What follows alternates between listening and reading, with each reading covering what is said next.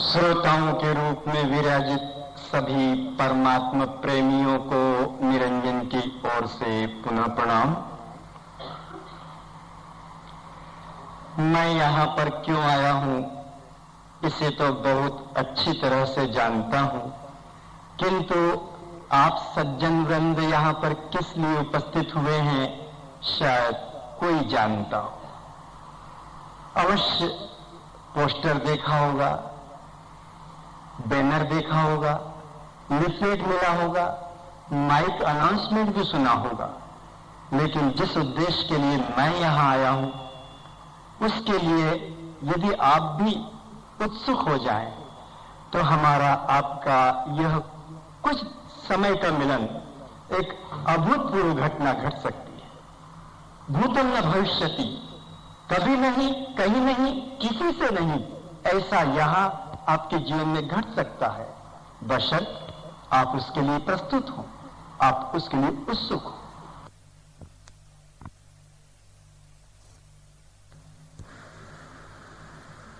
क्या चाहते हैं आप? मैं क्या चाहता हूं? संसार के सभी प्राणी क्या चाहते हैं?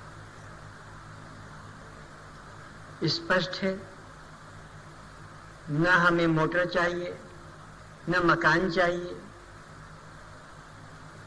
न हमें पुत्र चाहिए, न हमें पत्नी या पति चाहिए, न हमें व्यापार चाहिए, न हमें नौकरी चाहिए,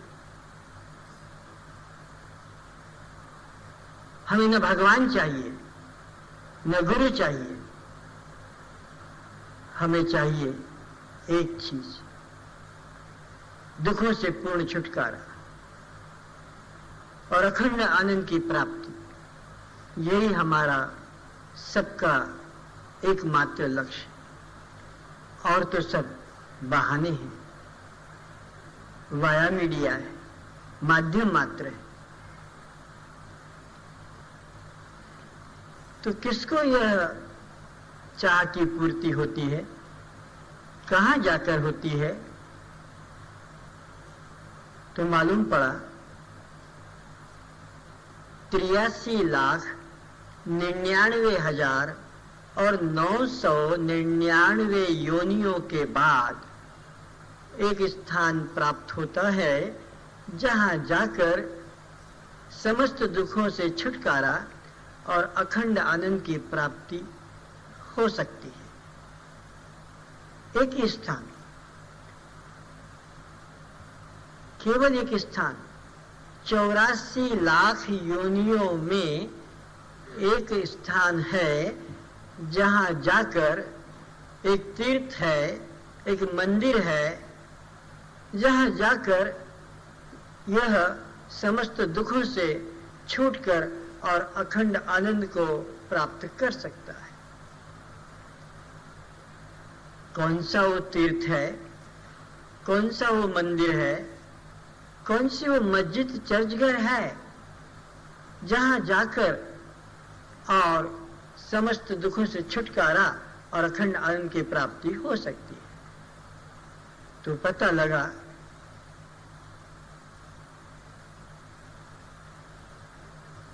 9 लाख प्रकार के जल में रहने वाले जीव हैं, उसमें जाकर भी दुखों से छुटकारा होता हुआ नहीं देखा गया। हम जितने बैठे हैं सभी लोग उन 9 लाख प्रकार के जल में रहने वाले जीवों के दुख से दुखी होकर उस दुख का अनुभव करके और हम आगे की उड़ान पे निकले। ऐसा कोई यहां नहीं बैठा है जो ये कह सके कि मैं अपने जीवन में कभी मछली नहीं बना, कभी कछुआ नहीं बना, कभी मैं जलहस्ती या मगर नहीं बना। ऐसा एक भी व्यक्ति पृथ्वी पर नहीं जो यह कह सके। अहंकारवश कुछ भी कह दे, लेकिन शास्त्र दृष्टि से, धर्म दृष्टि से, विचार दृष्टि से, विवेक दृष्टि से प्रत्येक प्राणी को इस मार्ग से ही निकलना पड़ता है। आज जिन मछलियों को हम पकड़कर काट के पकाकर खा जाते हैं, ये घटना हमारे साथ बहुत बार घटी है। जो अभी बैठे हैं खाने के प्रेमी हैं, जिसके बिना उनको कुछ अच्छा नहीं लगता, मछली ही चाहिए, मांस ही चाहिए। ये आप आज जो अपने अंदर चाह रख रहे हैं, कई बार आप इसी तरह कटे हैं, पके हैं और उनके द्वारा खाए गए हैं, जिनको आज आप खा रहे हैं। क्योंकि ये प्रकृति का नियम है, ये सृष्टि चक्र है, संसार चक्र है। और चक्र का मतलब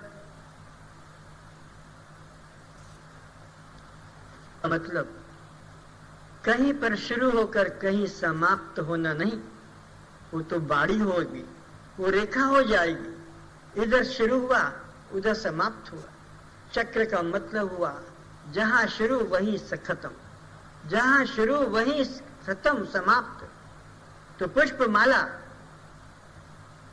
मणि माला, रुद्राक्ष माला कि चंदन माला कि तुलसी माला कि स्वर्ण माला, ये माला तभी बनेगी जहां से प्रारंभ किया है उसी जगह जाकर जुड़ जाती है, तब वो माला बनती है। किंतु अगर इसको ऐसे कर दिया जाए, ये माला नहीं कहलाई। इधर शुरू हुआ इधर खत्म हुआ। ये सोच लीजिए अच्छी तरह से, जहां से शुरू हुआ है वहीं पर समाप्ति होगी, जहां से वो बिगिनिंग है वहीं एंड होगा, तब जाकर यह चक्र होगा। ये सृष्टि चक्र है, ये संसार चक्र है, ये 84 चक्र है। तो आज जो कुछ अपराध हमारे द्वारा हुआ है दूसरों के प्रति, जब तक वो घटना हमारे साथ नहीं घटेगी, ये सृष्टि चक्र पूरा नहीं होगा। चाहे हिंदू हो कि मुसलमान हो, उड़िया बंगाली हो या मारवाड़ी गुजराती हो, ये झंझट, ये झगड़े, ये भेद तो मानवकृत हैं। परमात्मा के द्वारा तो केवल मनुष्य की उत्पत्ति हुई है। परमात्मा ने मुसलमान नहीं पैदा किया है, उसने जैन, बौद्ध, उड़िया बंगाली, मारवाड़ी गुजराती उसने नहीं बनाया है। ये भेद तो हमारे बनाए हुए हैं। परमात्मा की तरफ से तो एक मानव को जन्म मिला है। तो ये सृष्टि का नियम है। जिन पाप कर्मों को हंसते हंसते हम कर रहे हैं, एक दिन रोते रोते भोगना ही पड़ेगा, कोई फिर बच नहीं सकता। चाहे राम के पिता श्री दशरथ हो कि चाहे वह द्रौपदी कुंती हो कि चाहे वो कोई पांडव अर्जुन हो, जे परी बुणिबे सही परी काटिबे, यह एक वैज्ञानिक सिद्धांत। गेहूं बोकर कोई धान नहीं काट सकेगा, आखू बोकर कोई बांस नहीं काट पाएगा, बैंगन को बोकर आम नहीं काट पाएगा, यह नीम को लगाकर अंगूर नहीं काट पाएगा। जो तुम हम कर्म बीज डालते हैं इस समाज में, इस नगर में, इस परिवार में, वही एक दिन फलित होकर आता है। और इसीलिए प्रत्येक आदमी रो रहा है। नहीं तो क्या आवश्यकता थी यहां आने की मुझे और आपको। सबके अंदर पीड़ा है, सबके अंदर दर्द है, सबके अंदर एक चाह है, सबके अंदर कुछ कमी है। तो 9 लाख प्रकार के जल में रहने वाले जीव हैं, उन सब योनियों में से कष्ट भोग कर और हम आगे बढ़े। 10 लाख प्रकार के आकाश में उड़ने वाले पक्षी हैं, उन पक्षियों के दुख को भी अनुभव करके और हम आगे बढ़े। ऐसा कोई नहीं जो कह सके कि मैं तोता नहीं बना,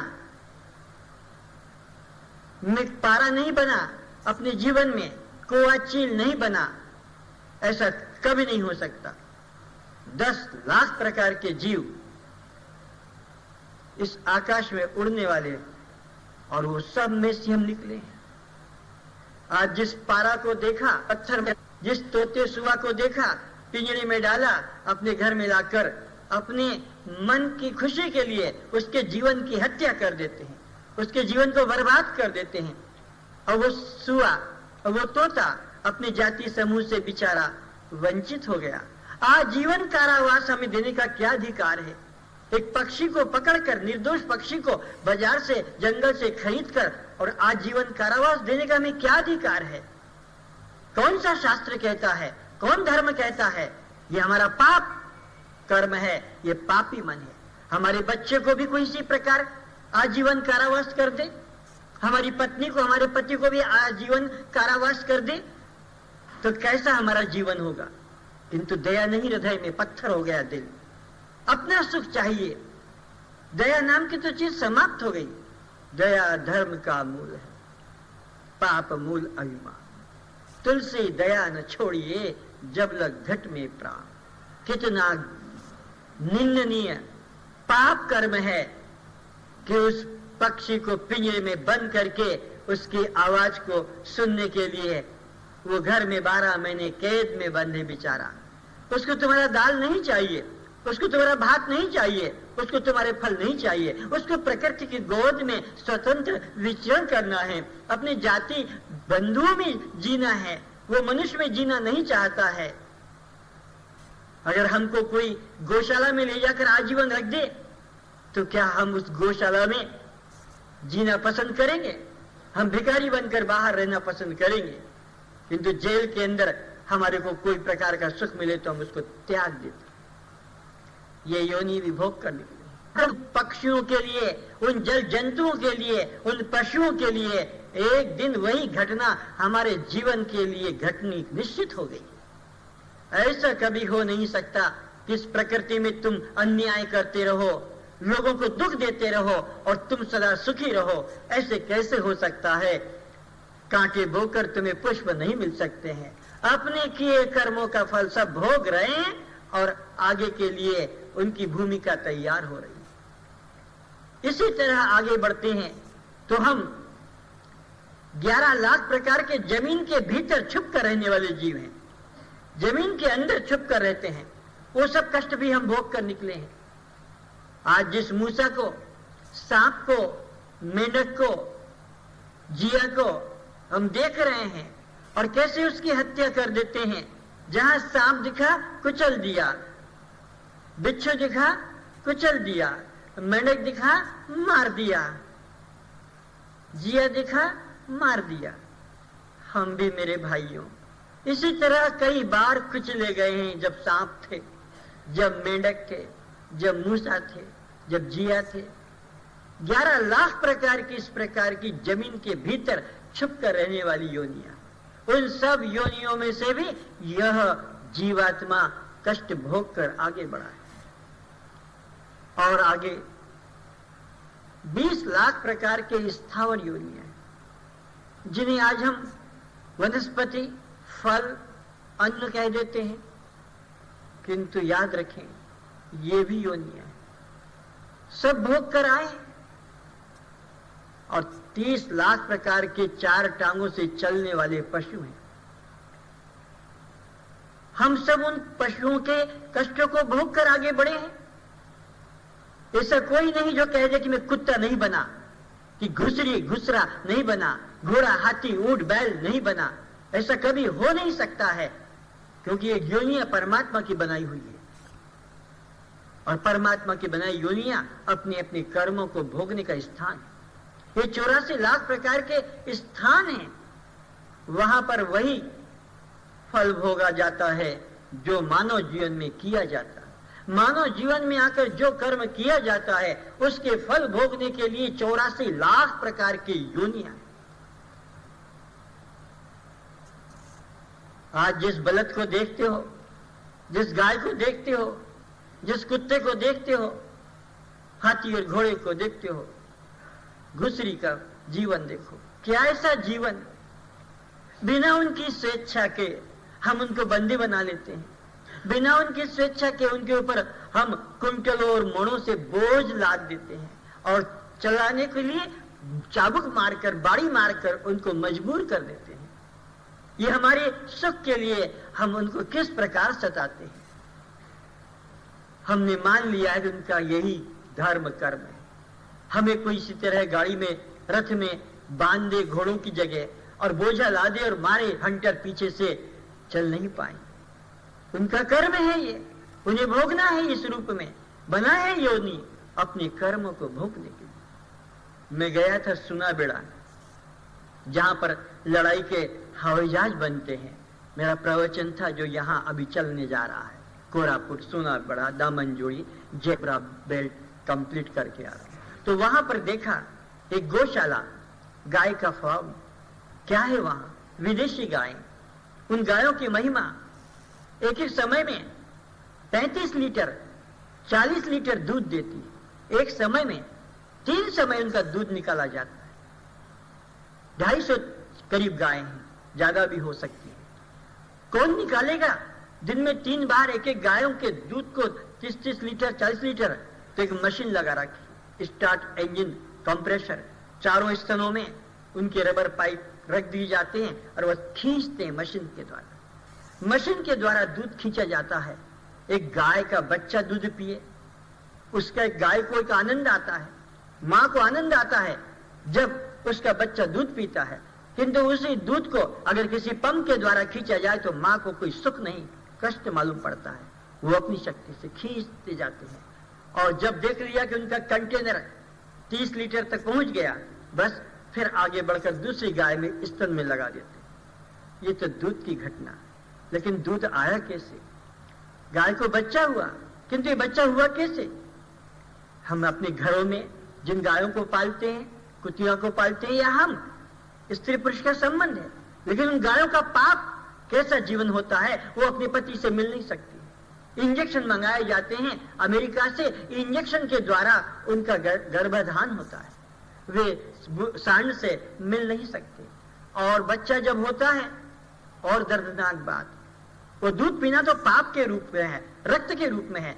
वो दूध जब गाय का निकालते हैं तो बच्चा हुआ, उसी वक्त उसको दूसरे कमरे में डाल देते हैं। माँ को बच्चे से मिलता है, माँ उसको चुभ नहीं सकती, चाट नहीं सकती, दूध अपना स्तन का दे नहीं सकती। उसको मशीन से निकाला दूध एक बर्तन में रख देंगे, जिसे कुत्ता चाटता है, बिल्ली पी जाती है, ऐसे दे देते हैं। वो माँ के निपिल को अपने मुख में नहीं ले पाता, माँ का दर्शन नहीं कर पाता। उस माँ के हृदय में कितनी पीड़ा होगी कि जिस बच्चे के लिए दूध बना, वो आज बच्चा दूध से, संपर्क से, स्पर्श से वंचित है।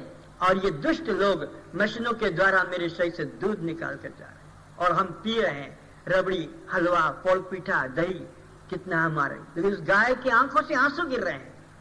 भला माँ, अगर हम मनुष्य तो सोच सकते हैं, हमारे बच्चों को कोई छीन कर ले जाए और उसको हमारे स्तन से दूध न पीने दे तो कितना कष्ट होता है। ये है पशुओं की स्थिति। पर ये मत समझना उन गायों के लिए, ये हम लोगों की समझने की बात है। ये योनियों में से हमको फिर गुजरना पड़ेगा। इन योनियों से निकले हैं। किस तरह से उस गाय के बच्चे को, बछड़े को, कौफ को बलद बनाया जाता है, किस तरह से उसके कुचल कुचल के टेस्टिस को और उसको बिल्कुल नपुंसक बना दिया जाता है। अगर हमारे इसी तरह टेस्टिस को कोई दबा दे, मर जाएगा आदमी, तब जाएगा, चीख निकल जाएगी। लेकिन उसके चारों टांगों को बांधकर, गिराकर, नीचे पत्थर रखकर कुचल कुचल के उसको और चासी अपने खेत में जोतता है। ये कैसा जीवन, बिना हमारी यानी उनकी इच्छा के परवश होकर उनको ये कष्ट भोगना पड़ता है, भोगना पड़ेगा। कर्म का फल है, जो जस करई सो तस फल चाखा, को न काहू सुख दुख कर दाता, ऐसा शास्त्र का विधान है। जैसा बोया है जीव ने अपने कर्म का बीज, उसी तरह उसको फल भोगना पड़ेगा। यह है पशुओं की स्थिति। 30 लाख प्रकार के ये पशु, देखो कुत्ते कुत्तियों का जीवन, आपको सुनने में शायद लज्जा आ जाए। बेचारे पाप कर्म का फल तो भोग रहे हैं। वो दाल भात कितना खा पाएंगे? घास पुआल खा नहीं सकते, पत्ते खा नहीं सकते, उनके जीवन पर तो दया करो। गाय तो घास खा लेगी, पत्ता खा लेगी, पुआल खा लेगी, सब तरफ मिल जाएगा, घुसरी भी अपना कीचड़ कादों में से खा लेगी। इस कुत्ते का तो जीवन को देखो, कुतिया को बेचारा बिना झोली का साधु है, कहीं से झूठा मिल गया टुकड़ा तो खा लिया, नहीं तो कई दिन भी उपवास करना पड़ता है। मांग नहीं सकता, मांस खा नहीं सकता है, गंदा खा नहीं सकता है, उसको दाल भात रोटी कौन देगा, उसका आहार। और वो बेचारा इतना कष्ट से, और जब उनका संबंध होता है पति पत्नी का, दुष्ट लोग, पापी लोग, हत्यारे लोग बाड़ी से मार मार के, पत्थर से मार मार कर उनको अलग करना चाहते हैं। वे क्या कर रहे हैं? वही तो जो हम दरवाजा बंद करके, खिड़की बंद करके, पर्दे गिराकर, लाइट बंद करके जो हम काम करते हैं, वो बेचारे बाहर करते हैं। उनका अपना मकान और कहाँ है? ये आकाश ये उनकी चादर है, और ये पृथ्वी उनका जो है बिछोना है। कहाँ जाए वो? उनका कोई मकान है, कोई क्वार्टर है कि जहां जाकर वो अपना पत्नी से संबंध, सेक्स मैथुन करेंगे? अंधे मूर्ख लोग, शिक्षित नहीं, वो अशिक्षित हैं, जो यहाँ पर भी बैठे हैं। कई लोगों ने पत्थर भी मारे हैं, बाड़ियां मार के उनको अलग करना चाहा। अरे वो प्रकृति संबंध है, वो अपने आप अलग होंगे। लेकिन दुष्ट आदमी, मूर्ख आदमी अपना पाप कर्म में तो वह प्रसन्नता से आगे बढ़ता है, और उनके स्वाभाविक कर्म के अंदर, स्वाभाविक कर्म में उनको वंचित करता है। जीवन पर विचारो, इन पशुओं का जीवन, और एक दिन ये घटना जो हम यहाँ बैठे हैं, हमारे जीवन में ये घटनाएं घट चुकी है, एक नहीं कई बार, और फिर आगे बढ़ते हैं तो 4 लाख प्रकार के मनुष्य जातियां, 4 लाख प्रकार के मनुष्य जातियां हैं। और उन मनुष्य योनि में ऐसा यहाँ कोई नहीं बैठा जो कह दे कि मैं देव नहीं बना, यक्ष नहीं बना, किन्नर नहीं बना, गंधर्व नहीं बना, राक्षस नहीं बना, या भूत नहीं बना, या कोई देवांग न बना। ऐसा कोई नहीं कह सकता। एक नहीं कई बार इंद्र के पद को प्राप्त किया है। आप इंद्राणी बने हैं, उर्वशियां बने हैं, देव पुरुष और असुर भी बने हैं, क्योंकि 84 लाख योनियों में ये भी साथ है। और उनमें से कटते कटते छटते, कष्ट भोगते भोगते, और धराधाम पर भुक्तम भुक्तम सर्लोकम विशालम क्षीणे पुण्य मृत्युलोकम विशंति एवं त्रय धर्मम मनुप्रपन्ना गतागतम काम कामा लभन्ते। स्वर्ग से गिर कर आए हैं। यहाँ जो बैठे हैं टाउन हॉल के अंदर, पृथ्वी पर चल रहे हैं 2 टांगों से, स्वर्ग से गिर कर आए हैं। देख लो गीता के अध्याय 9 श्लोक 21 के अंदर। ऐसा कोई नहीं कि जो स्वर्ग से न उतरा हो, कि बैकुंठ से न उतरा हो। ये जितने बैठे मैं एक एक को जानता हूं, सब स्वर्ग में पहुंचे थे और गिरे हैं, बैकुंठ में पहुंचे हैं, शिव के लोक में पहुंचे हैं, गोलोक में वहां भी पहुंचे और फिर नीचे गिरे हैं। फिर भी गिरना पड़ता है। वहां तक जाकर भी वो जो हमारी चाह है, दुखों से छुटकारा, जहां से मैंने वचन प्रारंभ किया था, अखंड आनंद की प्राप्ति न स्वर्ग में है, न बैकुंठ में है, न इष्ट के लोक में है, न इन देवी देवताओं के अपने जीवन में है। वहां से फिर गिरे हैं। ब्रह्म भूना न लोका पुनरावर्तन अर्जुन। हे अर्जुन, ये देवी देवताओं की, इष्ट की उपासना करने वाले अपने भक्ति के फल से अपने इष्ट के लोक में जाएंगे, अपने भक्ति के फल से अपने इष्ट के लोक में जाएंगे, लेकिन वहां से फिर गिर जाएंगे। ये अपने सकाम कर्मों के फल से स्वर्ग जाएंगे, देवताओं के दिव्य भोगों को भोगेंगे, फिर गिर जाएंगे। 83,99,999 योनियों के कष्ट भोगने के बाद फिर यह जीवात्मा आकाश से बादल में, बादल से जल में, और जल से पृथ्वी में जो भी गिर रहा है कल से, इसमें जीवात्माएं प्रवेश है। और उस पृथ्वी में जल जाकर फिर वो अन्न में, फिर वो घास में, पत्तों में वो प्रवेश कर जाता है। फिर उस घास को, उन पत्तों को, उस अन्न को जो खाता है, उसमें वो जीवात्मा प्रवेश कर जाता है। और फिर वह संबंध से पहले हर जीवात्मा पुरुषों के गर्भ में जाता है, स्त्री के गर्भ में पहले नहीं आता है।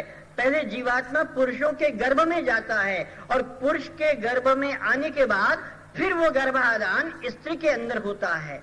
पुरुष में पहले आता है, मेल पर्सन में पहले आता है, चाहे वो कुत्ता हो, कि वो सांड हो, कि वह कोई हाथी हो, कि ऊंट हो, उसके वीर्य के रूप में जाता है और वीर्य रूपी गर्भ में से फिर स्त्री के अंदर रज में प्रवेश करता है।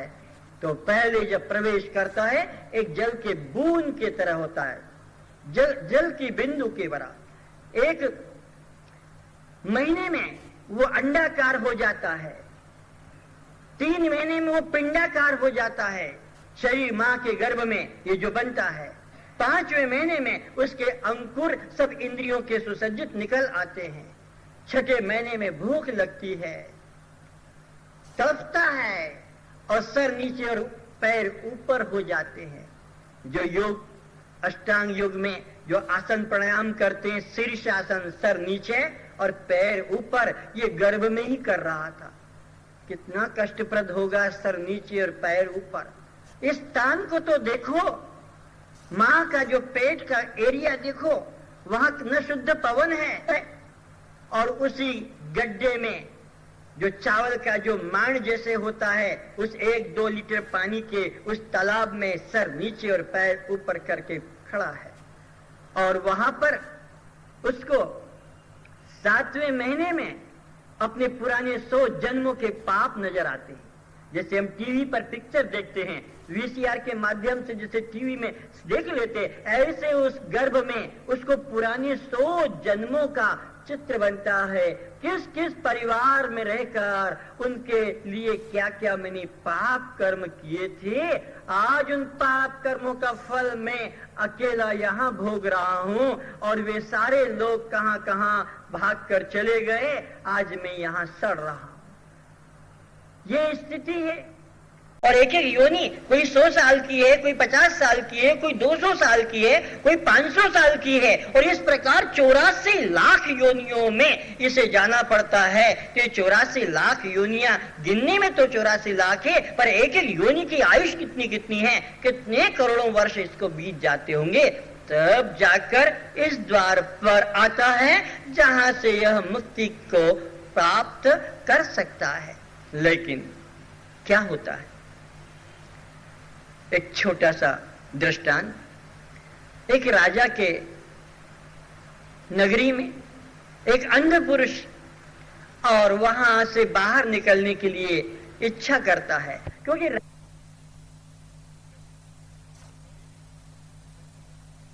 राजा अपनी सुरक्षा के लिए एक मुख्य द्वार रखता है ताकि कोई शत्रु आएगा तो उसको वहीं पर मार दिया जाए, प्रवेश न होने दिया है।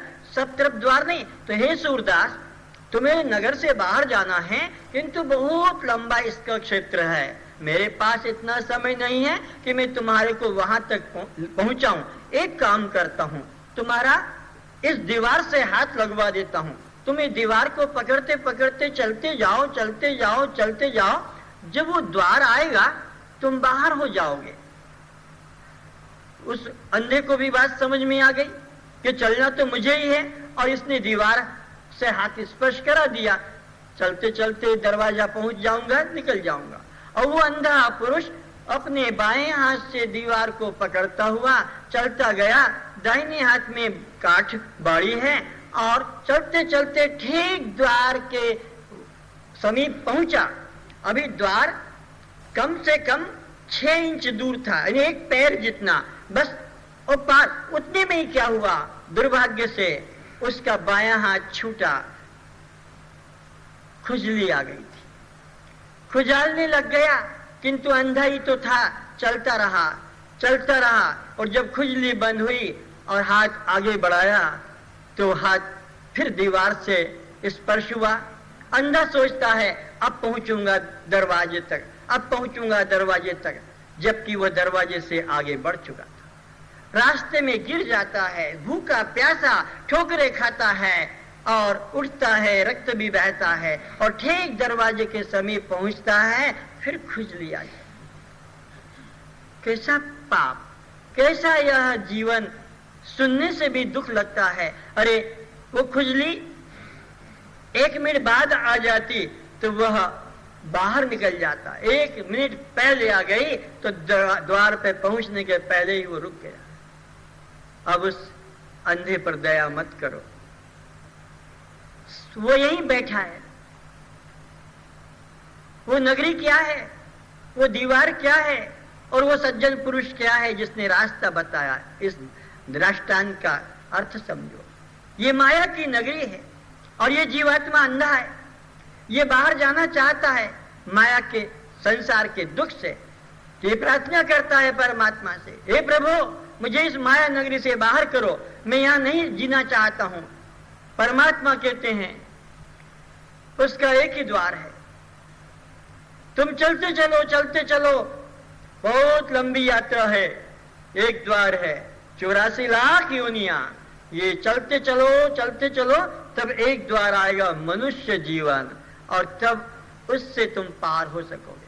और इस जीवात्मा को इतने कष्ट भोगने के बाद, 9 लाख प्रकार के जल में जीवों का कष्ट भोगने के बाद, 10 लाख प्रकार के आकाश में उड़ने वाले पक्षियों का कष्ट भोगने के बाद, 11 लाख जमीन के भीतर छिप कर रहने वाले जीवों के कष्ट भोगने के बाद, 20 लाख स्थावरों वनस्पति का कष्ट भोगने के बाद, और 30 लाख चौपाहे पशुओं के कष्ट भोगने के बाद, 4 लाख प्रकार के इन देव पितृ यक्ष किन्नर राक्षस इन योनियों का कष्ट भोगने के बाद कबहू का करी करुणा नर्द ये शरीर मिला, इतने भाग्य से मिला। और जब ये शरीर मिला है तो वो अंधे को जो खुजली आ जाती थी, हम सभी को ही वही स्थिति है। शब्द, स्पर्श, रूप, रस और गंध, ये 5 प्रकार के विषयों की खुजली चल रही है। कान कहता है गाने सुनाओ, इतना मन दीवाना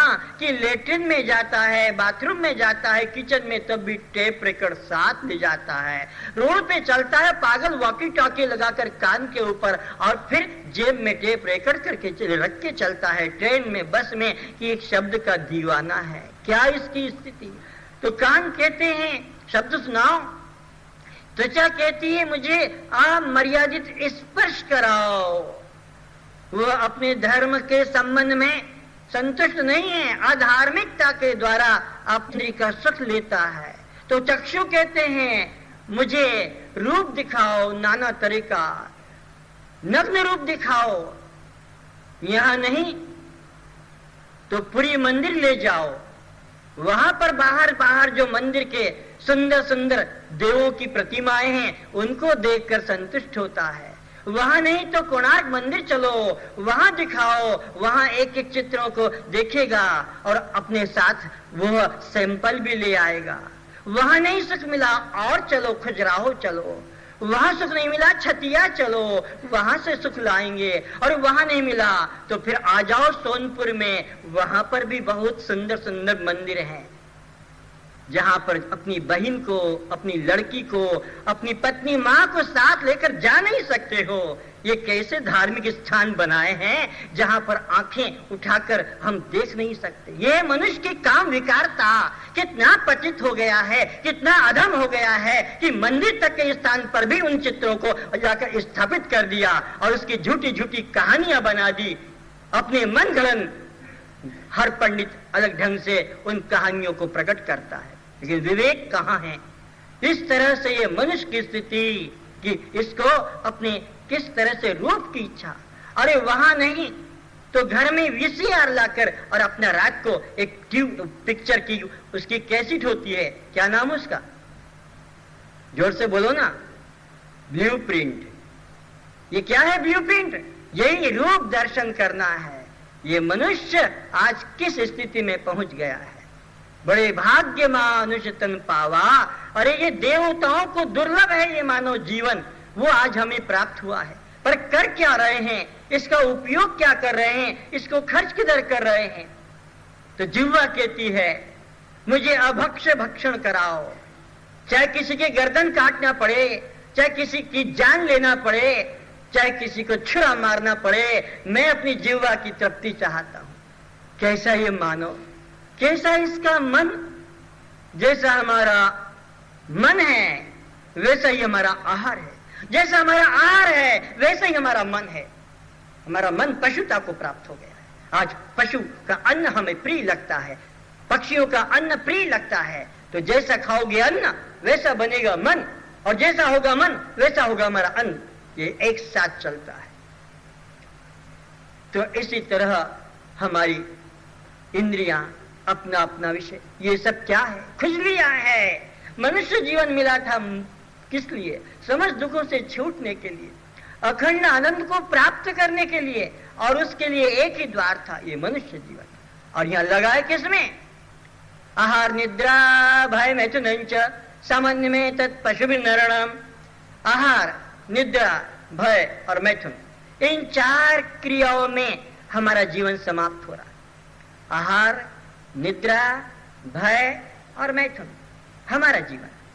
दूसरी तरफ देखो पशुओं के जीवन को, आहार, निद्रा, भय और मैथुन, both are equal, no difference. कैसे तुम कह सकते हो कि मैं मनुष्य हूं? क्या चुटैया निकालने से, ये गले में पैंता डालने से मनुष्य बन गए? हाथ में रामायण गीता पकड़ ली इसलिए मनुष्य बन गए? कर्म तो देखो, वेद शास्त्र कहता है आहार, निद्रा, भय मैथुन सामान्य में, दोनों में कोई अंतर नहीं, मनुष्य और पशु में। मनुष्य भी आहार करता है और पशु भी आहार करता है, समान। मनुष्य भी निद्रा करता है, पशु भी निद्रा करता है, समान। मनुष्य भी भयभीत है, पशु भी भयभीत है, समान। मनुष्य भी बच्चे पैदा करना जानता है और पशु भी बच्चे पैदा करना जानता है, समान। क्या अंतर पड़ गया? एक अंतर है, एक अंतर है, तभी तो श्रेष्ठ है, देव दुर्लभ है। क्या अंतर है? ज्ञानम नरम अधिकम विशेषो, मनुष्य में ज्ञान विशेष है। ज्ञान हीना पशु समाना, और जिसमें वो ज्ञान नहीं है वो 2 टांग से चलने वाला पशु है। ज्ञान हीना पशु समाना, जिसमें वो ज्ञान है वही मनुष्य है, और जिसमें ज्ञान नहीं है वो तो पशु है। ज्ञान तो ज्ञान है तो मनुष्य है, और ज्ञान नहीं तो कुत्ते को, गाय को, घोड़े को, गधे को, चिड़िया को पशु कहते हैं। क्यों? उनको ज्ञान नहीं। हम अपने को मनुष्य कहते हैं। क्यों कहते हैं? हमको क्या चीज है? अरे बोलो ना। ज्ञान है, हमको ज्ञान है इसलिए हम मनुष्य हैं, और उन्हें ज्ञान नहीं इसलिए वो पशु कहलाते हैं। बहुत ठीक, एकदम ठीक है। मनुष्य वही जिसको ज्ञान हो, पशु वही जिसको ज्ञान न हो, तो हम मनुष्य हैं और वो पशु हैं। जरा तोले, जरा देखो अपनी आंखों से, अपने घर के कुत्ते से, अपने घर के कुत्ते से जानो। जब आप अपने घर में जाते हैं तो कुत्ता आपको देखकर भौंकने लगता है कि कोई नए व्यक्ति के आने से? बोलो, उत्तर दो ना। अरे नए व्यक्ति को देखकर वो भौंकेगा, काटेगा कि मालिक को देखकर? नए व्यक्ति को। इसका मतलब है उसको एक डिफरेंस मालूम है, ये नॉलेज है, उसको इतना ज्ञान है कि ये मेरा मालिक है और ये कोई अपरिचित अननोन पर्सन है। उसको देखकर वो कूदता है, काटने को चिल्लाता है, तो ज्ञान तो मालूम पड़ा। और दूसरी तरफ देखो, एक चड़ी होती है बया नाम की। यहां कोई सिविल इंजीनियर है तो हाथ उठाना। सिविल इंजीनियर है? 1 2। अब सुनो, वो बया नाम की चड़ी को देखो जो नदी के किनारे बम्बुल के गज के ऊपर एक इतना सुंदर अपना कॉम्प्लेक्स, महल कहो, बिल्डिंग कहो, कॉटेज बनाती है। इतना सुंदर, एक जैसे घास के द्वारा रेशे से बनाती। नीचे से जाने का रास्ता, ऊपर से उसके बैठने का बेडरूम है, निकलने का। और जैसे हम लोग डिस्टेंबर करते हैं, वो भी डिस्टेंबर करती है। किसके द्वारा?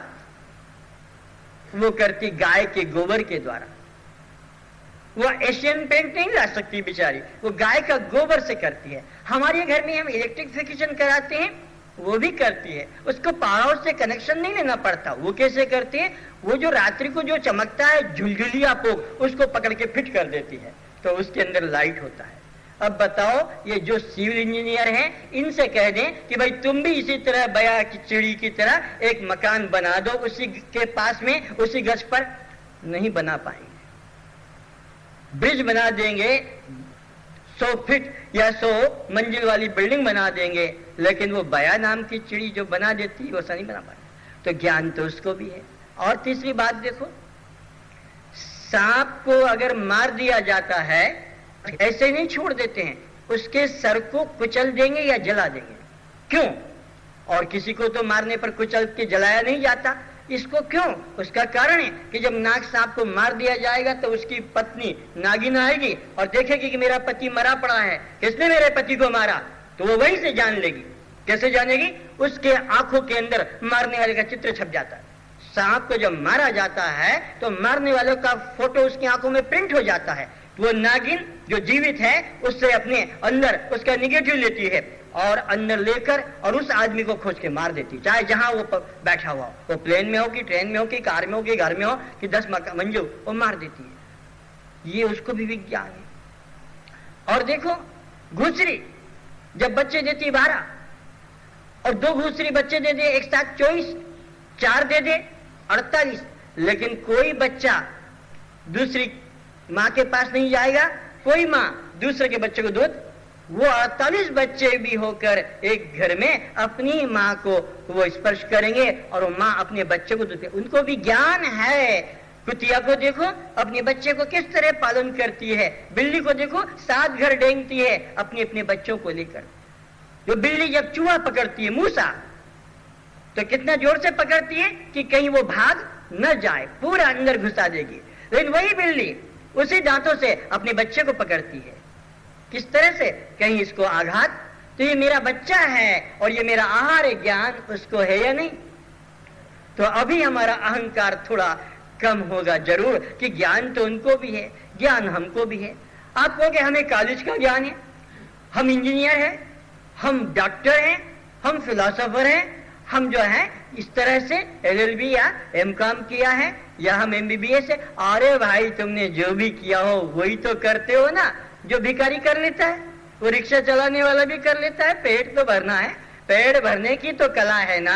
बाबू बनकर कि प्यून बनकर कि मजदूर बनकर कि भिखारी बनकर कि चोर बनकर कि चासी बनकर करोगे क्या तुम? 10 लाख कमा कर भी कि 10,000 कमा कर भी कि 2,000 कमा कर कि 50 रुपया रोज कमा कर करना तो वही है कि बाजार से चावल लो, सब्जी लो, अपना पका कर पेट में डालो। वो तो वो भी कर लेता है। तुम्हारा अहंकार मात्र है कि मैं सेठ हूं, मैं डायरेक्टर हूं, सेक्रेटरी हूं, ऑफिसर हूं, चीफ इंजीनियर हूं, लेकिन पेट में तो अन्न डालोगे तभी काम बनेगा।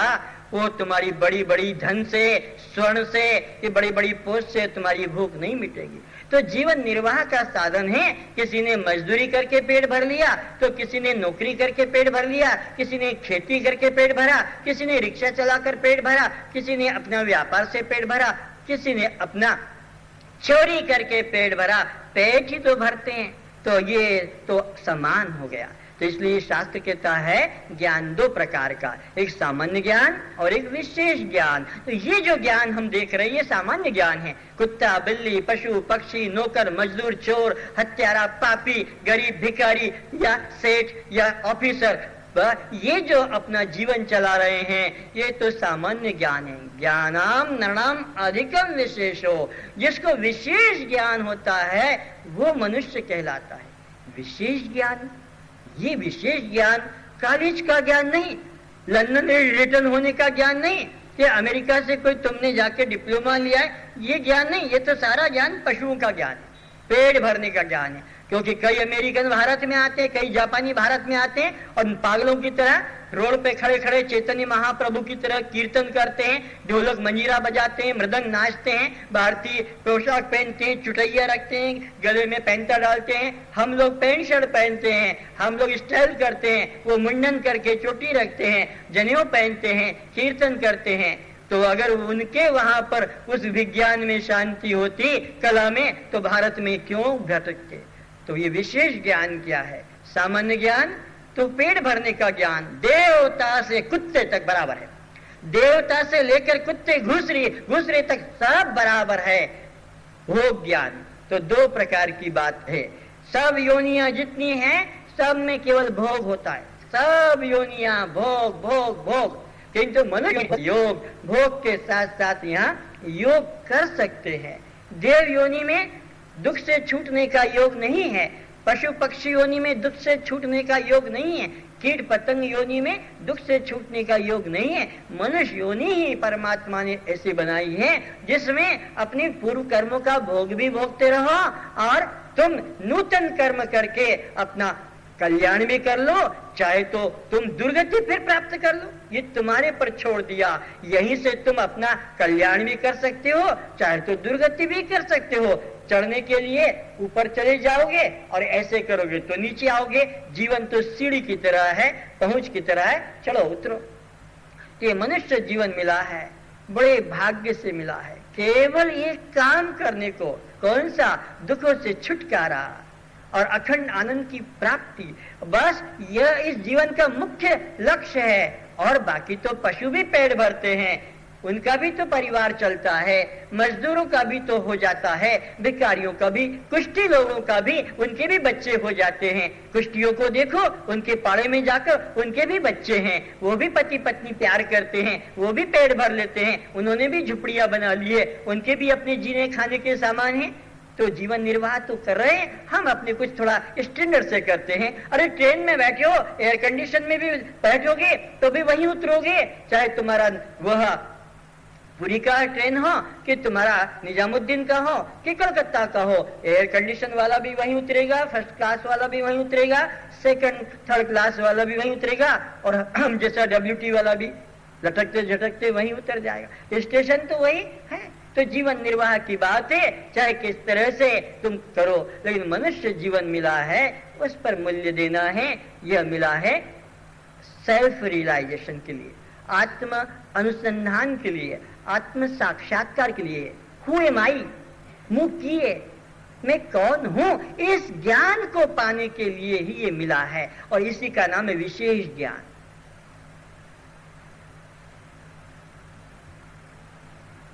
परमात्मा ने इस सृष्टि में कुछ ऐसी चीजें बनाई है जीवों के निर्वाह के लिए।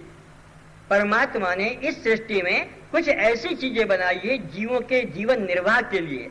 उनमें एक ही चीजें है, जैसे गेहूं है, चना है, दाल है, मक्का है, एप्पल है, आम है, अंगूर है, पुष्प है, कुर्सी है, टेबल है, पंखा है।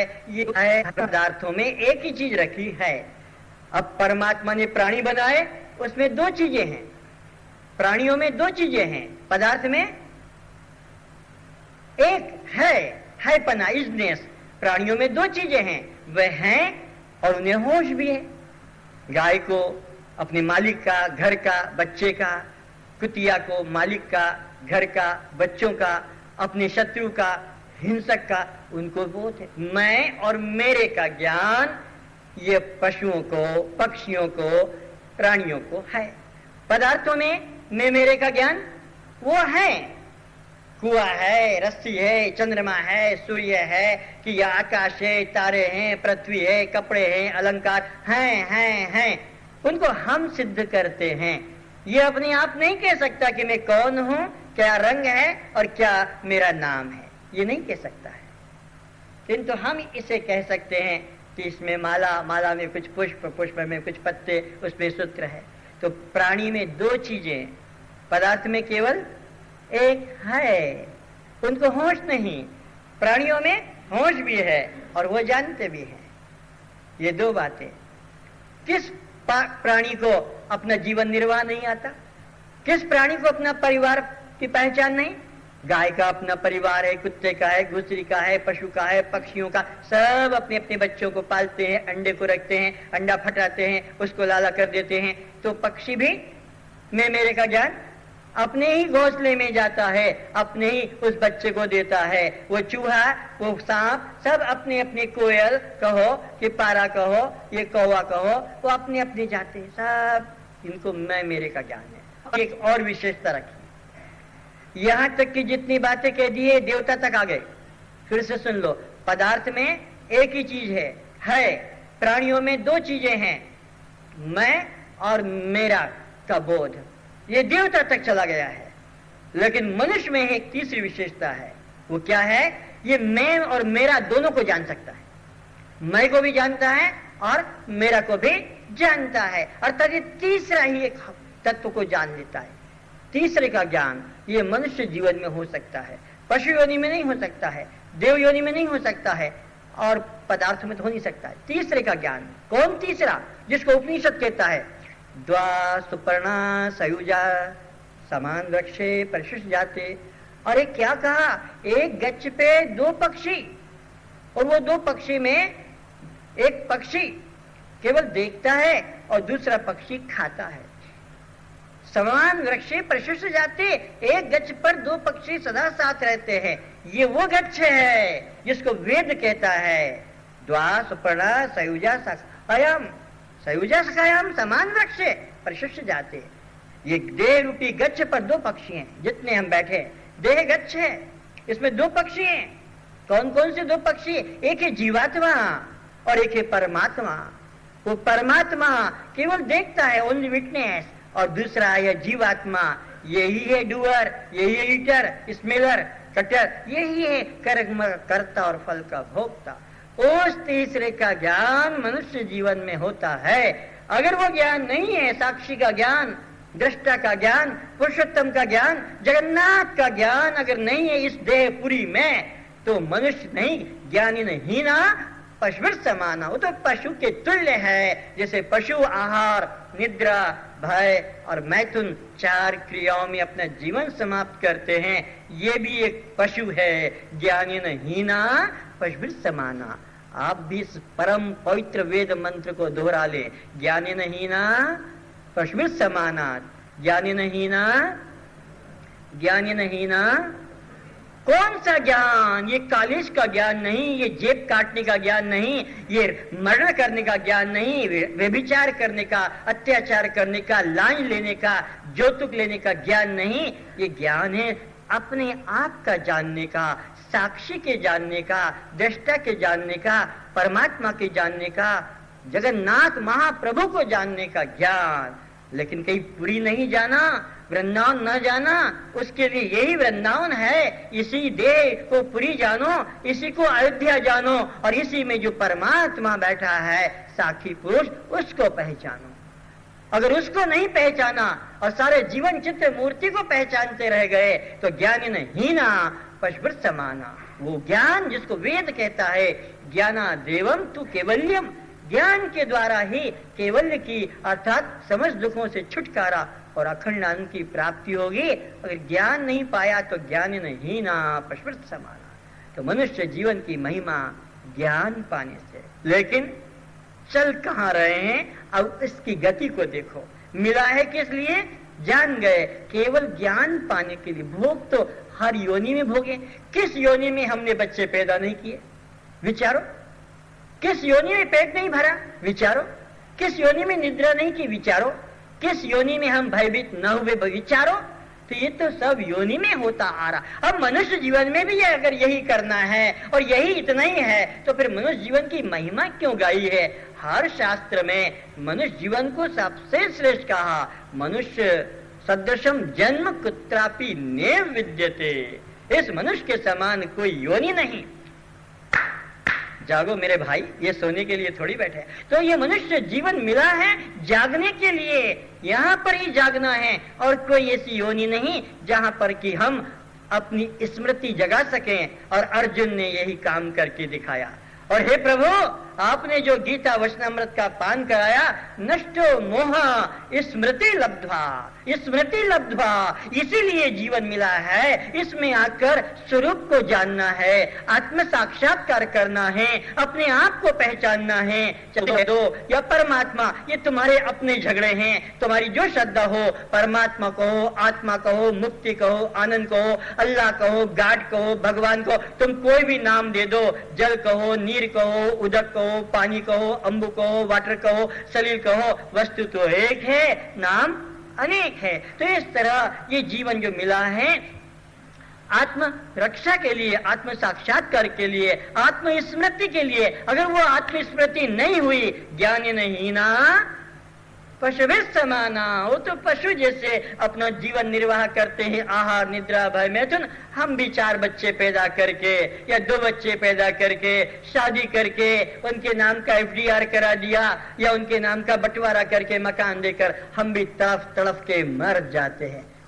तो हम सब लोग प्रति क्षण भाग रहे हैं पत्नी की तरफ, पति की तरफ, या भाग रहे हैं तो किसी सिनेमा की तरफ, टीवी की तरफ, शराब की तरफ, सिगरेट की तरफ, मांस मछली की तरफ, हत्याओं की तरफ, व्यभिचार की तरफ भाग रहे हैं। लेकिन हर कदम, हर श्वास मौत की तरफ। और एक दिन चलते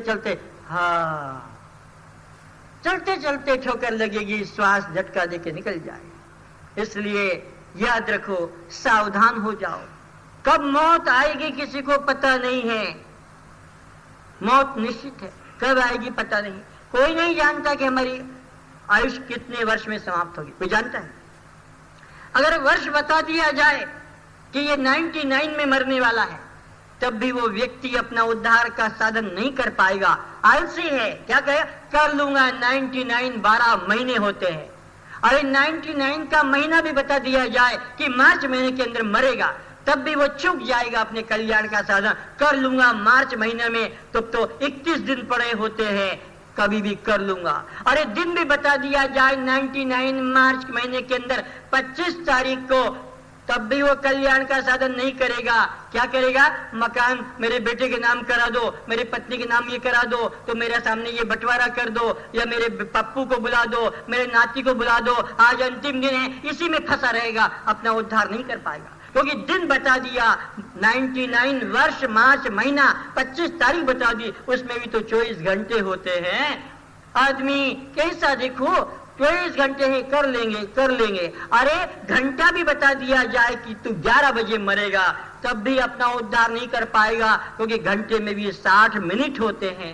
कर लूंगा, 1 घंटे का समय है। अरे मिनट भी बता दिया जाए, तब भी अपना चूक जाएगा, आखिरी में राम नहीं बोल पाएगा। पप्पू बेटा अपनी पत्नी का नाम पुकार कर और प्राण छोड़ेगा 1.5 सेकंड। मिनट भी बता दिया जाए मरने वालों को, तब भी वह अपना आखिरी चिंतन परमात्मा का नहीं करेंगे, संसार का मरने के लिए 1.5 सेकंड लगता है। सुन लेना आज, और प्रत्येक व्यक्ति नोटबुक लेके आएगा, ताकि मैं नई नई बातें बताऊंगा जो जीवन में काम आने वाली। मैं पुराण कथाएं नहीं जानता हूं, वो तो तुम कहीं भी सुन लोगे, कहीं भी पढ़ लोगे। रामायण तुम्हारे घर में, गीता तुम्हारे घर में, भागवत तुम्हारे घर में, पंडित तुम्हारे घर में, वो सब सुनाते रहे जीवन भर, यही तो है। और उनके पास में पेट चलाने का, ये तो पेट का धंधा है। मैं तो आपको वो बातें बताऊंगा जिससे जीवन में जीते जी मुक्ति मिले, जीते जी शांति मिले, न आपको ढेकानाल छोड़ के कहीं जाना पड़े और न किसी के शरण में पड़ना पड़े। आप अपने अंदर ही इतने पूर्ण हैं, किंतु पहचान नहीं पा रहे हैं। मृग की नाभि में कस्तूरी है, किंतु पहचान नहीं पा रहा है, और जैसे वो बार बार भटकता है, ऐसे ही वो परमात्मा, वो परमानंद, वो हमारे अंदर है, लेकिन हम पहचान नहीं पाते। इसी पृथ्वी के अंदर पड़ा हुआ है, सोना भी पड़ा है, इसी में हीरे जवाहरात पड़े हैं, इसी में पेट्रोल पड़ा हुआ है, इसी के अंदर जो है सब कुछ है, लेकिन हम उनको नहीं निकाल पाते हैं, हम नहीं पहचान पाते हैं। समझदार जिसने उसका विद्या सीखी है, वो उसमें से निकालता है। तो ऐसे ही पृथ्वी में पानी पड़ा है, तो हमें निकालना आएगा, मिट्टी हटा देंगे, पानी प्राप्त हो जाएगा। पानी को नहीं लाना है, पानी तो है, मिट्टी हटाओ, पत्थर हटाओ, पानी फूट पड़ेगा। आकाश में सूर्य है दिन के अंदर, उसको लाना नहीं है, उसमें प्रकाश डालना नहीं है, उसमें ताप डालना नहीं, वो तो प्रकाश रूप है, ताप रूप है। आकाश में दिन में सूर्य है, केवल बादल के आवरण है, इस कारण से प्रतीत नहीं होता है। बादल आवरण हटने की आवश्यकता है, जोर से तेज आंधी तूफान हवा चले और बादल छिन्न भिन्न हो जाए, सूर्य वहीं आए। ऐसे ही वो परमात्मा सबके अंदर विद्यमान है। सूर्य जैसे आकाश में दिन में विद्यमान है, परमात्मा तो निरंतर विद्यमान है, क्योंकि सूर्य एक देशी है, दिन में होगा रात में नहीं होगा।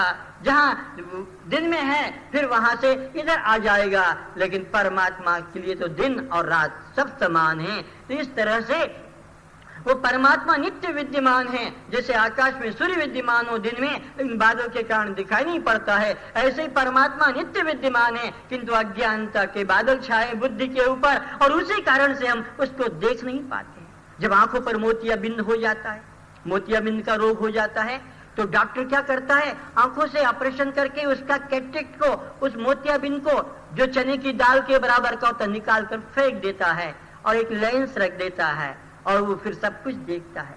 डॉक्टर ने क्या किया, केवल आवरण को हटाया है। गुरु क्या करता है, आवरण को हटाता है। डॉक्टर संसार पैदा नहीं करता, संसार तो है बिंद कैटरेक्ट हो जाने से वो संसार रहते हुए भी दिखाई नहीं पड़ता है। डॉक्टर को धन्यवाद इस बात का कि उसने आवरण हटा दिया। संसार तो जो हमारा पहले का है, पत्नी पति घर, वो तो वही रहेगा। देख नहीं पाते थे, देखने की क्षमता आ गई। ऐसे ही गुरु और क्या करता है? गुरु परमात्मा को पैदा नहीं करता है, गुरु मुक्ति को पैदा नहीं करता है, गुरु आनंद को पैदा नहीं करता है। वो तो है, जैसे आकाश के अंदर ताप भी है, प्रकाश भी है, ऐसे तुम्हारे अंदर वो परमात्मा आनंद स्वरूप है। किंतु गुरु आपके बुद्धि पर आए अज्ञान आवरण को हटाता है। अज्ञान तिमिरांधस्य ज्ञानांजन शलाकया चक्षुन्मिलितम येन तस्मै श्री गुरुवे नमः। मैं भी आपकी आंखों पर अंजन लगाने आया हूँ, ज्ञान का अंजन लगाने आया हूँ। अगर हिम्मत होगी तो अंजन लगवा लोगे और आपको वो दिव्य दृष्टि मिल जाएगी यहीं पर जो अर्जुन को प्राप्त हुई थी। अभी तो गीता में पढ़ते आए थे कि अर्जुन को प्राप्त हुई है, लेकिन इस क्लास में यहाँ पर आपको वो दिव्य दृष्टि प्राप्त होगी। ये कल्पना की बात नहीं। तो बस आप हिम्मत करके बैठ जाएंगे तो यहाँ पर वो आप सब चमत्कार घट जाएंगे जो राम के जीवन में घटे, या जो कृष्ण के जीवन में घटे, या जो परीक्षित के जीवन में घटा, कि जो पार्वती के जीवन में घटा। ये अभी तो सुनकर अहंकार मालूम पड़ेगा, अभी तो सुनने से कल्पना मालूम पड़ेगी, लेकिन अगर श्रद्धा से बैठोगे तो देखोगे कि वास्तव में हम कहां से कहां और किस दुनिया में आ गए। तो ये संसार के प्रत्येक प्राणी अपने लक्ष्य की ओर बढ़ने के लिए तत्पर रहे, क्योंकि मौत का कोई भरोसा किस वर्ष में आएगी अपनी मौत कोई जानता है नहीं। तो हर वर्ष तैयार रहो, हर वर्ष तैयार हो, मेरे जीवन का अंतिम हो। और अंतमति सो गति, ये फार्मूला नोट कर लो, अंतमति सो गति। अंतमति सो बोलो, अंतमति सो मतलब जैसी अंत समय में मति होगी वैसी हमारी गति होगी। और प्रमाणे भागवत में जड़ भरत एक हरिण के बच्चे में आसक्त हो गया, उसका चिंतन चलता रहा और उसके प्राण छूटे, भागवत प्रमाण है। और मरकर वो योगी राजा का बेटा भरत मरकर कहां पैदा हुआ बोलो, हरिण योनि में। इसलिए ये शिक्षा ले लो, अंतमति सो। जैसे मरते समय हमारी मनोवृत्ति होगी बस वैसा ही प्रिंट होगा हमारा पोज। जैसे कैमरामैन, जब कैमरामैन आता है तो आप अपनी फोटो के लिए सुंदर स्टाइल से बाल, ओठे, क्रीम, पाउडर, टाई, छुटेड बुटेड, मूछा सब ठीक बनाते हैं। और जैसे वो बटन दबाने को कहता है 1 2 3 और तुम्हारी आ गई छींक, अच्छी। तो अब तुम 2 घंटे से बढ़िया अपना दाढ़ी बना के और बाल बनाकर क्रीम पाउडर लगाकर गर्दन झटका मार के और बैठे थे और आ गई छींक, तो सुंदर पोज आएगा। अंतमति सुगति, अंतिम समय पर जैसा पोज होगा बस वही पॉजिटिव प्रिंट होगा। तो मरते समय जैसी हमारी मनोवृत्ति होगी वैसा का वैसा ही हमारा जन्म होगा, इसमें किंचित भी संदेह मत करना। इसीलिए हर वर्ष तैयार रहना। मेरी मृत्यु कौन से वर्ष में हो जाएगी कुछ पता नहीं, क्यों कई बच्चे गर्भ में मर जाते हैं, कई बच्चे 1 साल 2 साल 5 साल 10 साल 20 साल 25 साल 50 साल 50 60 70 80 कब कोई मर जाता, कुछ उसके ऊपर तो लिखा हुआ नहीं कि इतने साल मरेगा। इसलिए हर व्यक्ति को अलर्ट रहना है, सावधान रहना। यही मेरे मृत्यु का अंतिम वर्ष है, तो इसलिए मुझे इस वर्ष में अच्छे कर्म कर लेना है, शुभ कर्म कर लेना है, अपना कल्याण का कर्म कर लेना है के लिए। इसलिए हर वर्ष तैयार रहना। अरे महीने का भी, वर्ष का भी किस महीने में मरेगा मालूम है, इसलिए हर महीने तैयार रहो, हर महीने तैयार हो। क्या पता इस महीने में ही मेरा प्राण निकल जाए, वर्ष को किसने देखा, क्योंकि वर्ष में तो 12 महीने, इसलिए हर महीने तैयार रहो कि क्या पता मेरा यही अंतिम महीना हो। इसलिए चाहे वो कार्तिक महीना हो कि भादो महीना हो कि चैत्र हो, लेकिन मूर्ख आदमी कार्तिक महीने में मांस मछली नहीं खाएंगे, वहां पर खाने से पाप लगेगा। और फिर छाड़ खाई, वो तो हमारे पास में फिर गारंटी कार्ड आ गया, वो तो नाम ही छाड़ खाई। अरे क्या पता तेरे को कार्तिक महीने के बाद में तेरी मौत आएगी। हर महीने को कार्तिक महीना समझो, क्योंकि कार्तिक महीने में जैसी सावधानी रखते हैं, जीव हत्या नहीं करते हैं, पाप कर्म नहीं करते हैं, व्रत उपवास करते हैं, उस वक्त भजन चलता है, पारायण चलता है, भागवत पाठ करते हैं, क्योंकि हमारे लिए वो पवित्र महीना है। परमात्मा ने क्या अपवित्र महीना भी बनाया? अरे वो महीना ही पवित्र है तो बाकी महीने क्या अपवित्र है? परमात्मा के तो सब दिन, सब महीने, सब वर्ष बराबर है। इसलिए हर महीने तैयार रहो, क्या पता यही महीना मेरा अंतिम है। इसलिए जो कुछ करना है कर लो, दान धर्म, दान धर्म का मतलब है अंधे, लंगड़े, लूले, गरीब, विकलांग, बूढ़े बच्चों को यथाशक्ति जो कुछ है लुटा दो अपना। अंधे, लंगड़े, लूले, गरीब, विकलांग लोगों को, क्योंकि यही है हमारा सत्कर्म का मंदिर, जहां पर जाएंगे और जो हमारे लिए आगे के लिए सुंदर फल बनेगा। इसलिए हर महीने को अंतिम समझकर अपना श्राद्ध कहो, जीते जी अपना उद्धार का शुभ कर्म कर लो। अरे महीने का भी हमको पता है किस दिन मरेंगे, तो फिर हर दिन तैयार रहो। वर्ष के किस महीने के किस दिन मरेंगे नहीं मालूम है, तो हर दिन तैयार हो। क्या पता आज का ही दिन मेरा अंतिम दिन हो। कल का किसने देखा? Who else in tomorrow? आज कर लो जो कुछ करना है।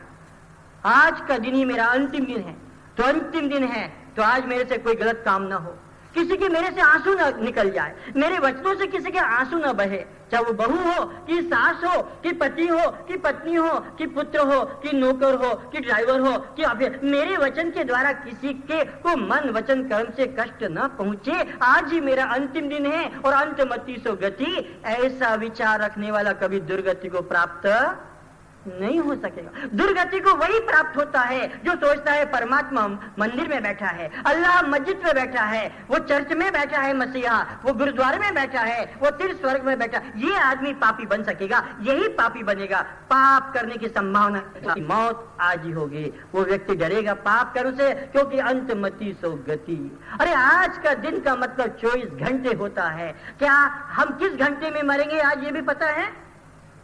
तो फिर हमें एक दिन पे ऊपर नहीं छोड़ना है, एक महीने पर नहीं छोड़ना है, एक वर्ष पर यह बात नहीं छोड़ना है। हमको इसी घंटे को अंतिम समझना। क्या पता मेरी आयुष का यही घंटा अंतिम घंटा है, इसलिए इस घंटे के अंदर मैं कोई दुष्कर्म नहीं करूंगा, कोई पाप कर्म नहीं करूंगा, कोई अत्याचार नहीं करूंगा, कोई व्यभिचार नहीं करूंगा, मैं किसी को दुख नहीं पहुंचाऊंगा। ये घंटा ही मेरा अंतिम है।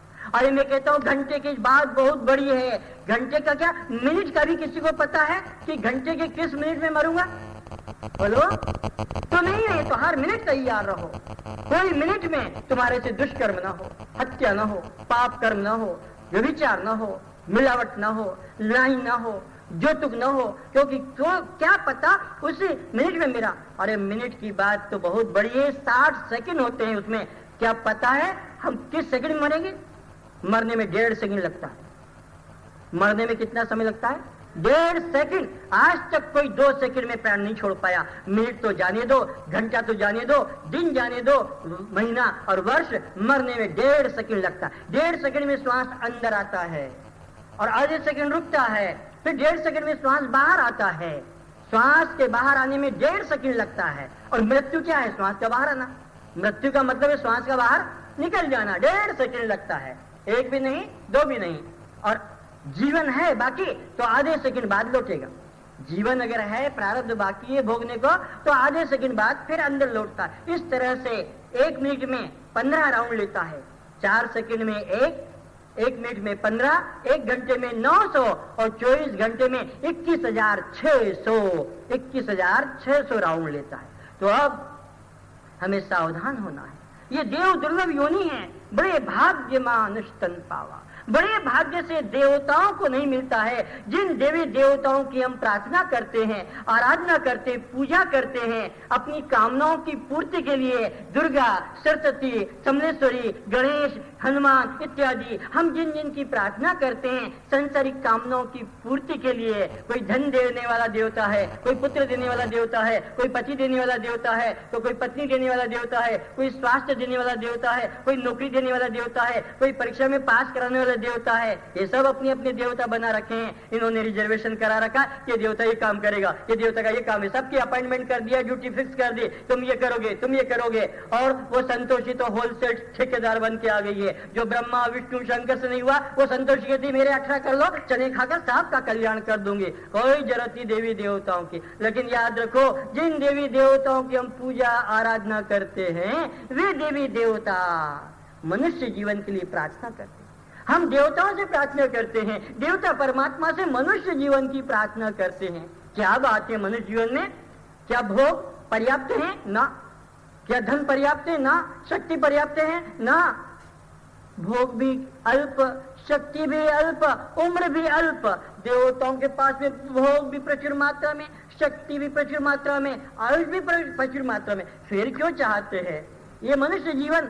देवता क्यों चाहते हैं? शायद मारुति कार ऊपर नहीं मिलती होगी, हाँ VCR टीवी वहां नहीं मिलता होगा, वहां पर उनके पास में जो है एयर कंडीशन नहीं होगा, इसीलिए तो देवता मनुष्य जीवन में आना चाहते हैं, क्योंकि हमारे पास में टीवी है, हमारे पास में बीवी है, हमारे पास कार है, हमारे पास में कॉर्डलेस टेलीफोन है, हमारे पास में प्लेन है। अरे बाबू, ये देवताओं को तो ऐसे ही मिल जाता है संकल्प मात्र से। इनके लिए जैसे मिनिस्टर लोगों को कोई प्रयास नहीं करना पड़ता है, उनको कार भी मिल जाती है, जीप भी मिल जाती है, टेलीफोन भी मिल जाता है, टीवी भी मिल जाता है, बीबी अब वो तो लाना पड़ती है। तो ऐसे जैसे सब मिल जाते हैं, ऐसे देवताओं को भी सब मिल जाते हैं। उनको इसलिए मनुष्य जीवन में आने की इच्छा नहीं, मनुष्य जीवन में आने की इच्छा केवल मुक्ति पाने की। तो देवता मनुष्य जीवन में आना चाहते हैं, कैसे करके मुक्ति प्राप्त हो। तो ये जीवन मुक्ति का धाम है, तो हमें हर सेकंड तैयार रहना है मौत के लिए। इसलिए हर समय तैयार हो, कोई अंत समय में गलत काम ना हो, किसी के आंसू मेरे द्वारा न निकले, किसी का बुरा मैं न सोचूं, किसी को गाली अपशब्द न कहूं, किसी की हत्या न करूं, मेरे द्वारा किसी का जीवन समाप्त न हो। तो शास्त्र क्या कहता है? काल करे सो आज कर, आज करे सो अब, पल में प्रलय होएगा फिर करेगो कब। अरे कल जो काम करने का है शुभ कर्म, उसको कल पे मत छोड़ना। शुभ कर्म को कभी कल पर मत छोड़ना। कल सत्संग में जाऊंगा, कि कल मंदिर में जाऊंगा, कि कल मैं दान करूंगा, अरे कल पर मत छोड़ना। कल पर तो वही विश्वास करेगा जिसकी यमराज से दोस्ती होगी। यमराज से जिसकी दोस्ती हो गई है वही शुभ कर्म को कल पर छोड़ेगा। वही तो काल करे सो आज कर, आज करे सो अब, और पल में प्रलय होएगा। प्रलय होने में क्या देर लगती? पल, सेकंड होएगा, फिर करेगो कब। ये हमारे पिता माता गुरुजन कहते हैं, किंतु आज का ये बाबू जेंटलमैन, ड्रिंक करने वाला, स्मोक करने वाला, छल छिद्र की कमाई को संग्रह करने वाला, ये क्या कहता है? इसकी बात तो सुनो, इसका मंत्र दूसरा। पिता माता गुरुजनों का मंत्र क्या है? काल करे सो आज कर, आज करे सो अब, पल में प्रलय होएगा फिर करेगा कब। ये ऋषियों का, शास्त्रों का मत। हमारे आज आधुनिक सभ्यता क्या कहती है? आज करे सो काल कर, और काल करे सो परसों। इतनी जल्दी क्या है बेटा, जीना है बरसों। अभी क्या करता है? अभी खाने पीने के दिन है, मजा मौज कर, हाँ, ईट ड्रिंक एंड बी मेरी, हाँ ऐसा कर, और बुढ़ापा आएगा तब देखेंगे, तब फिर बात करेंगे, समय बचेगा। तो ये है स्थिति। इसलिए भाई, ये मनुष्य जीवन जन्म से हर क्षण इसके पैर कहां जा रहे। जो व्यक्ति चल रहा है, बहुत समझदारी की बात है और यही मैं समाप्त कर दूंगा इसी बात को लेकर। जो व्यक्ति भी चल रहा है, किधर भी जाए, लेकिन ये जा रहा मौत के पास, जा रहा मौत के पास। हम बचपन से जिस वक्त पैदा हुए, मौत के समीप हम हर श्वास में आगे जा रहे हैं। जितने भी हम हैं, हम जितने भी लोग बैठे हैं, बहुत मौत के नजदीक चले गए। कोई 50 साल, 25 साल, कोई 10 साल, कोई 15 साल, कोई 20 साल, कोई 80 साल, ये हमारे जितने गुजर गए हैं, समाप्त हो गए हैं, ये किसके पास पहुंचा रहे? मौत की ओर। किंतु आदमी बेहोश पड़ा है, दूसरी शादी कर रहा है, तीसरी शादी कर रहा है, एक धंधा बंद है तो दूसरा, एक धंधा चल रहा है दूसरा भी करो। गवर्नमेंट ने रिटायर कर दिया, पेंशन भी दे रहा, तो चलो एक पार्ट टाइम बिजनेस करो, फिर और किसी का सेक्रेटरी बन जाएगा, और किसी का डॉक्टर बन जाएगा। ये अरे भाई जन्म है मौत की तरफ। हम सब बिक्री हो चुके हैं, मौत के द्वारा खरीदे जा चुके हैं। हमारे गले में पट्टा बंधा है, जैसे मालिक के हाथ में चेन होती है और कुत्ता उसके सहारे चलता है, जिधर जिधर वो चेन खींचता जाता है कुत्ता उधर हो जाए। ऐसे हम कुत्ते की तरह हमारे गले में उस माया ने बेल्ट डाल रखा, मौत का फंदा, और अब हम उसी के द्वारा चले जा रहे हैं। तो हम इस मौत की तरफ जाने के लिए पैदा हुए हैं, और बीच में प्लान क्या कर रहे हैं? प्लान कर रहे हैं कैसे कैसे सपने, शादी करेंगे, बच्चे पैदा करेंगे, मकान बनाएंगे, फिर अलंकार बनाएंगे, फिर ये करेंगे, फिर वो करेंगे, और जा रहे हैं हम सब लोग बचपन से ही मौत की तरफ। जिसको बढ़ना कहते हैं वो सब घटना है, जिसको बढ़ना कहते हैं। बच्चा अपने बाप से कभी छोटा नहीं होता, बच्चा अपने बाप से कभी छोटा नहीं होता है। हर बच्चा बाप से बड़ा होता है और हर बाप बनकर सब अपने बच्चे से छोटे हैं। क्यों? क्योंकि बच्चा अभी हुआ है, अभी उसको बाकी है 80 साल भोगना, और बाप 25 साल 30 साल 40 साल का हो गया तो 100 साल की उम्र लेकर आया बाप, 100 साल की उम्र लेकर आया है पति पत्नी, उसमें से उन्होंने अपना 30 साल में बच्चा पैदा किया। अब कितना बाकी था उनके जीने के लिए? 70 है, 70 साल। बच्चा आज पैदा हुआ है 100 वर्ष की उम्र लेकर, बच्चा आज पैदा हुआ है, और बच्चा जब 30 वर्ष का हो जाएगा तब उसके माता पिता 60 साल के बूढ़े बुढ़िया हो जाएंगे। तो बच्चा अभी बड़ा है क्योंकि उसको जीना है 70 वर्ष को जीना है, और उसके माँ बाप कितना जिएंगे? कुल 40 साल बचे। माँ बाप जब 60 साल के हो गए और बच्चा जब 30 साल का हो गया तो फिर बच्चे को जीने के लिए भी 70 साल बाकी पड़ेगा। अरे नौकर की से समझे, आपने 100 रुपया एक नौकर को दिया, 100 रुपया आपके भी जेब में है, आपने 100 रुपये में से 90 रुपया खर्च कर दिया, कितना बचा? और नौकर ने केवल 10 खर्च करा है, कितना बचा उसके पास? बताओ धनी कौन है, बोलो बड़ा कौन है? वो नौकर बड़ा है। अब तुम्हारे पास तो 10 रुपया रह गया, उसके पास तो 90 रुपीज है। तो ऐसे ही हर व्यक्ति बचपन से हर सेकंड मौत की तरफ जा रहा है। लेकिन याद रखो, समझदारी इसी बात में है कि मौत के पहले हम उसको जान ले जो कभी नहीं मरता है। मौत आने के पहले हम उसे जान ले जो कभी नहीं मरता है, तो फिर मृत्यु हमारे लिए पुष्पमाला बन जाएगी, अन्यथा मृत्यु हमारे लिए काल बन जाएगा। और काल बना हुआ है, हर व्यक्ति मौत से कंपित है, मौत के नाम से डरता है, हाय मौत आ जाएगी, कब मर जाऊंगा, कब मर जाऊंगा। लेकिन अगर मौत आने से पहले अगर तुमने उस अमृत को जान लिया जो कभी मरता नहीं, तो तुम फिर मृत्यु से पार हो जाओगे। तो मनुष्य जीवन मिला है परमात्मा की प्राप्ति के लिए, आत्मा की प्राप्ति के लिए, अपने आप को जानने के लिए। अपने आप को अगर नहीं जाना तो शास्त्र कहता है ज्ञान हीना पशु समाना, तो बड़े भाग्य मानुष तन पावा। इस जीवन को पाने के लिए देवता प्रार्थना करते हैं, हे प्रभु एक बार हमें मनुष्य जीवन प्रदान कर दो। तो परमात्मा प्रश्न करता है, अरे मनुष्य तो मैंने तुझे पहले बनाया था प्रभु, तब मैंने मूर्ता से सकाम कर्म किए, यज्ञ किया, हवन किया, तीर्थ किया, पूजा पाठ की, स्नान किया, कार्तिक महीना ये करूंगा ये मिलेगा, ये करूंगा ये मिलेगा। वो जो जितने जितने शुभ कर्म किए थे उसके फल से ये स्वर्ग योनि प्राप्त होती है, और फिर वो भोग कर समाप्त हो जाती है, फिर नीचे गिरना पड़ता। ये मत समझना कि स्वर्ग से गिरकर फिर मनुष्य बन पाओगे। कुत्ते, बिल्ली, पशु पक्षी भी बनना पड़ता है स्वर्ग से उतरने वालों को, क्योंकि 84 लाख योनियों में प्रत्येक प्राणी को अपने कर्म के अनुसार कष्ट भोगना पड़ता है। तो बड़े भाग्य मानुष तन पावा। तो मैं यहाँ पर आपको इतना इशारा अंतिम पहली बार कर देता हूँ कि परमात्मा और आपके बीच में किंचित भी दूरी नहीं है।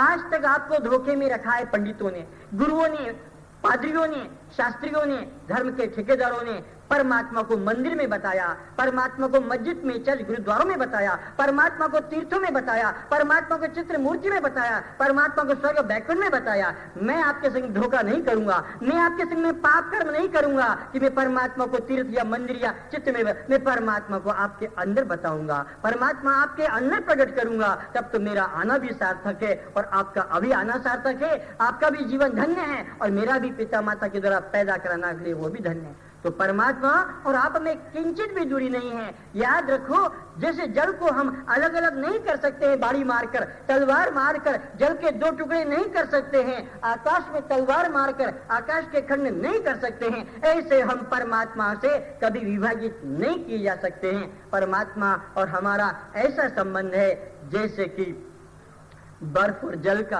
जैसे कि अलंकार और स्वर्ण का, जैसे कि सूता और कपड़े का जैसा संबंध है, माठिया और माटी का जैसे संबंध है। क्या माठिया को माटी से अलग कर सकते हैं? क्या इस कपड़े को सूता से अलग कर सकते हैं? क्या अलंकारों को स्वर्ण से अलग कर सकते हैं? क्या फर्नीचर को काठ से अलग कर सकते हैं? तो इसी तरह परमात्मा और जीवात्मा को कभी अलग नहीं किया जा सकता, हो नहीं सकता है, था नहीं, होगा भी नहीं। कर भी कोई नहीं सकता। तो परमात्मा और आप में किंचित भी दूरी नहीं, लेकिन आज हमारे लिए परमात्मा दूर बन गया, हिमालय की तरह चढ़ना जैसे मुश्किल पड़ गया है। परमात्मा को खोजने में कोई नौकरी छोड़ रहा है, ऑफिस की, मास्टरी, डॉक्टरी, वकीलात, पत्नी, पति, गांव छोड़कर भाग रहा, बाबा बैरागी सन्यासी बन रहा है, केश बढ़ा रहा है, मुंडन कर रहा है, कपड़े रंग रहा है, नाम बदल रहा है। अरे ये कुछ पाखंड करने की जरूरत नहीं है। परमात्मा God is with in you, परमात्मा तो तुम्हारे अंदर है। वो हनुमान जिसको माकड़ कहते हो, बंदर कहते हो, वो हंसता है मंदिर जाने वालों को देखकर, मस्जिद जाने वालों को देखकर, चर्च गुरुद्वारा को जाने वालों को देखकर, तीर्थ में जाने वालों को देखकर माकड़ हंसता है, बंदर। वो कहता है मूर्ख, परमात्मा अंदर। बंदर कहता है परमात्मा अंदर, और मूर्ख कहता है चल मंदिर। मूर्ख कहता है मंदिर, बाकड़ कहता है अंदर। इसीलिए एक चित्र दिया है, कभी देखा होगा, मैं दिखाऊंगा, मेरे पास सब सामान है। हनुमान का बड़ा चित्र है, और वो हनुमान ऐसे करता है, न अयोध्या में बताता है, न वो स्वर्ग में राम को बताता है, न बेकड़ में, न वो कहीं और। वो कहता है परमात्मा ईश्वरः सर्वभूतानां हृदयेषु अर्जुन तिष्ठति। वो परमात्मा सब हृदय में है। कैसे निकलेगा? हम प्रत्येक दिन के विषय में उसको प्रकट करेंगे, और प्रकट करके ही आगे जा सकेंगे, नहीं तो हमारा जीवन व्यर्थ होगा। और इसी ही हम सभा में उस परमात्मा तत्व को प्रकट करेंगे। एक एक व्यक्ति जितना बैठा है उस परमात्मा को यही इसी टाउन हॉल में अपनी बुद्धि के द्वारा, विवेक के द्वारा देगा। सर्वे भवन्तु सुखिनः, सर्वे सन्तु निरामयाः, सर्वे भद्राणि पश्यन्तु, मा कश्चित् दुर्भाग् भवेत्। सभी सुखी रहें, सभी निरोग रहें, सभी रूपों में हम एक परमात्मा को देखें।